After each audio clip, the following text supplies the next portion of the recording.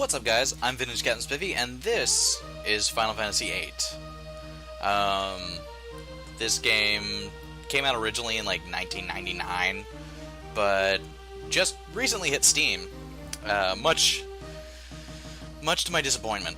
I'm not a huge fan of this game, but you know, I have a deal with some of my friends where if they buy me a game, I'm going to play it, and you know, I might as well. I played this game when it originally came out, and just recently it hit Steam. After 15 years. It did get some slight graphical improvements, and it does include the minigame that was on the handheld memory card thing for the PS1. That was like Japan only, but it includes Chocobo World.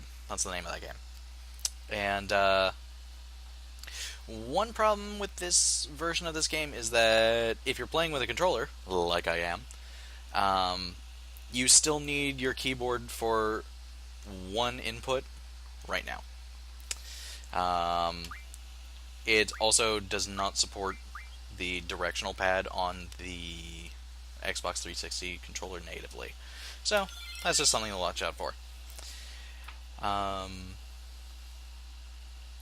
But this thing always stands out in my mind as one of the most awesome cutscenes for no good goddamned reason. Between the soundtrack and the build up and how awesome the animation is here, and especially for its time, like it's friggin' gorgeous.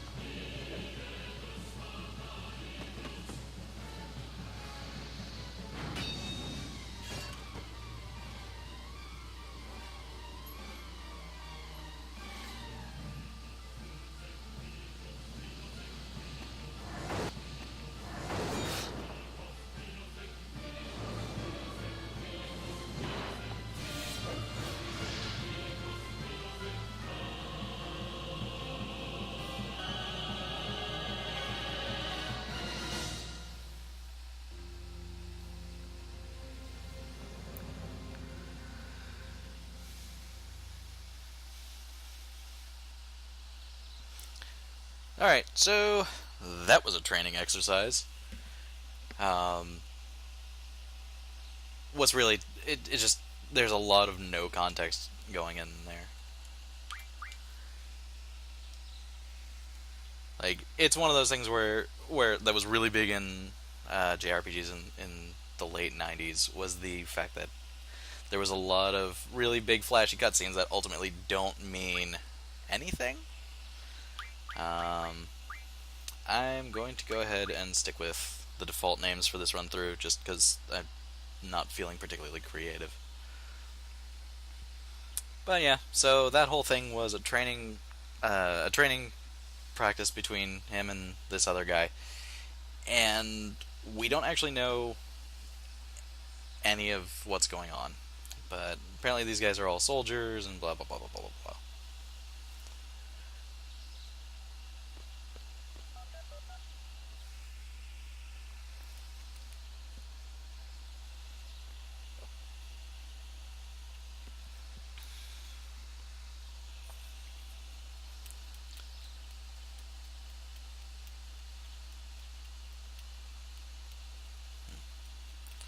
Now, one big thing about the this version of the game over the original is that you'll notice that the uh, in-world, like the in-game character models, have been like greatly cleaned up.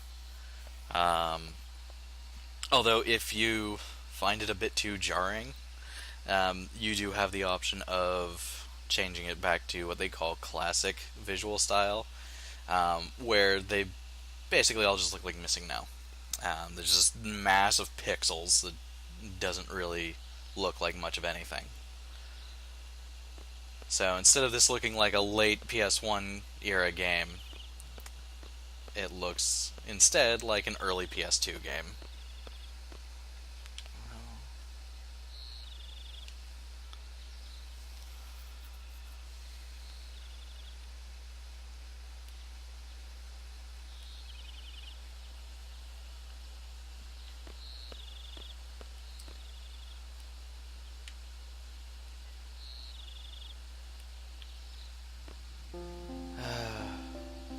Oh god, this is playable.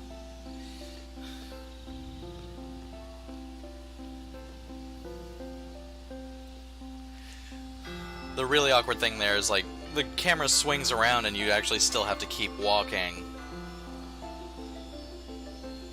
So this is Balam Garden. And, weird things happen to it later.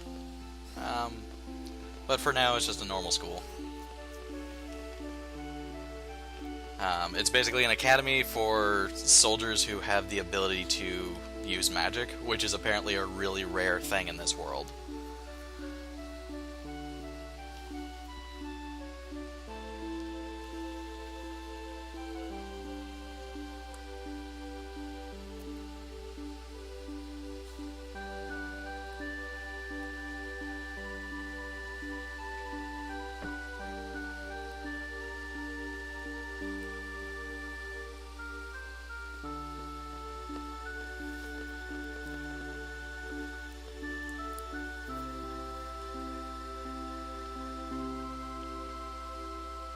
Okay, so you run by default, and you hold what would be the triangle button to walk.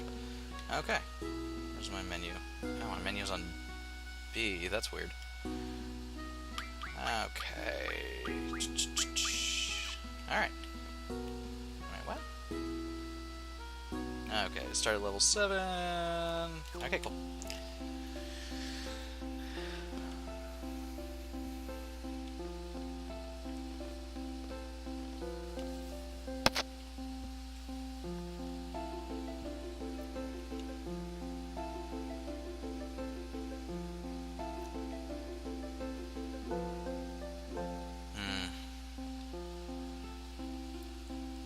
You do have a good excuse. You were cut in the face with a really dumb weapon.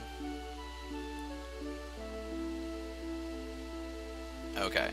I'm not going to go through all the tutorial nonsense, but I am going to go ahead and show you guys what that looks like. Because it is a pretty decent resource if you haven't played this game before. Let's see.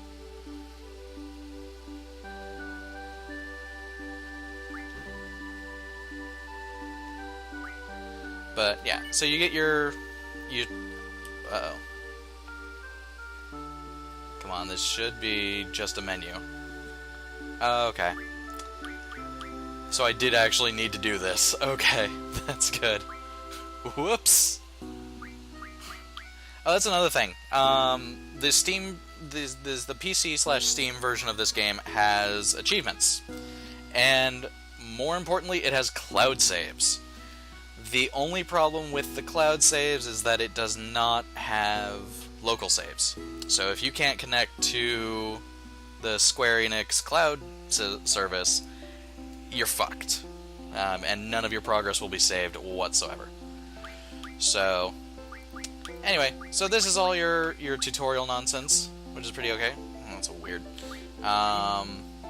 This one is the very basic stuff you need to know about the plot, which quizzes will tell us out in the field.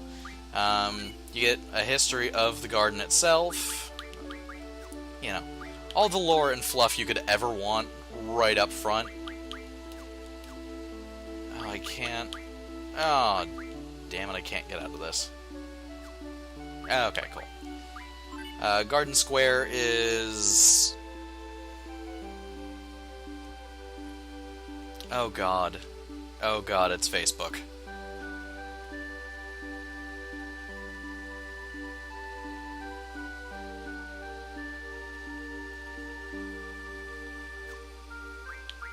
Okay. So yeah. I am done here. Nope.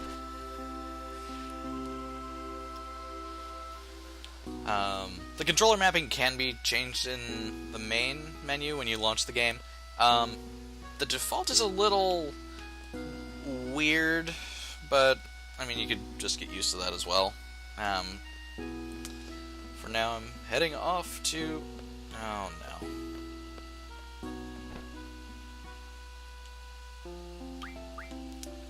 Let's go with Ellipsis, because that fits his personality so well.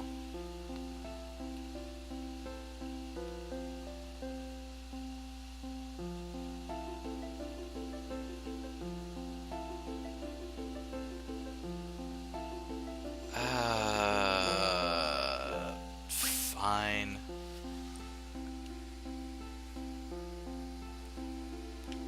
Okay. I think all I have to do is show her the directory. I don't... Fuck.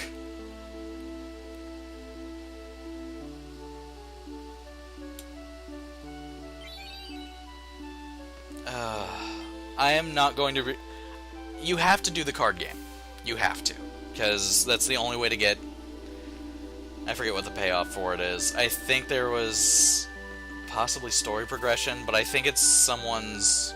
or parts for somebody's ultimate weapon, or that's how you get the first issue of the weapon magazine. Which is how you unlock everybody's ultimate weapons. I think that's it. I'll double check that for the next part. But the card game is bullshit and is mostly mandatory. But I'm really not going to... I'm not going to subject you guys to that. I'm just going to do that off camera. Because, let's be honest, nobody wants to watch it. And I'll... even more honest, as little as I know people want to watch it, I don't want to play it, but it must be done.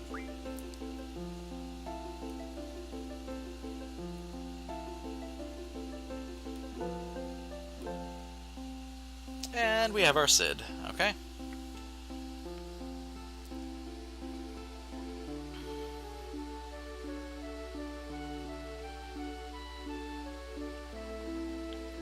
Alright, and we have a save point!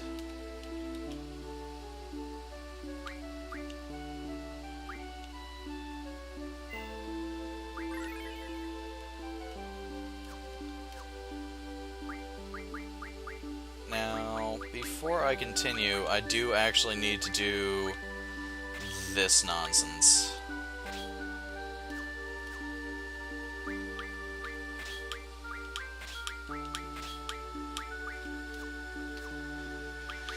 Okay, so when I went to the tutorial thing, I got a couple of Guardian Forces. Now, these things are kind of like the summons from Final Fantasy VII and, you know, basically every Final Fantasy ever. The cool thing about this system is that you can tell them to learn specific abilities, and they enhance your abilities in a very meta and confusing kind of way. So I want Quetzalcoatl to learn HP Junction, and then I want Shiva to learn Strength Junction. One that you eventually want to learn also on everybody is Boost.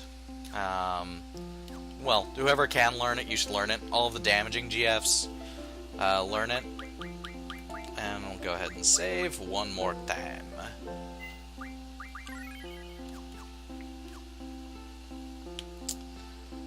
And then I will go ahead and meet Questus by the front gate.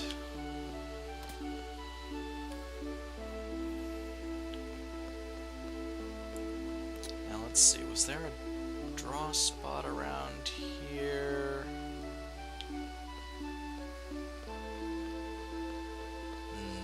No, it's at the fountain. There it is. Okay, so this weird purpley thing, this is a draw location. This is basically where magic is found in the field.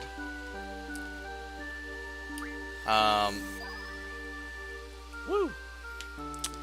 In order to have your characters draw magic from the field, they have to have the draw ability junctioned, like you saw me put on Squall. So, you draw the magic. You can only cast magic that you've drawn, because it goes into a stockpile, and I think I'm repeating information that she's about to tell you.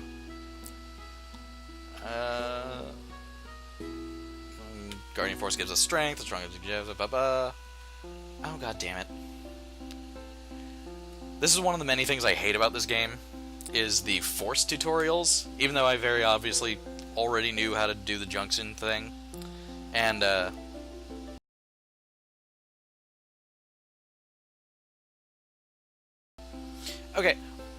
Okay, so here's the weird thing about that part, is that she's basically telling Squall how to do all this.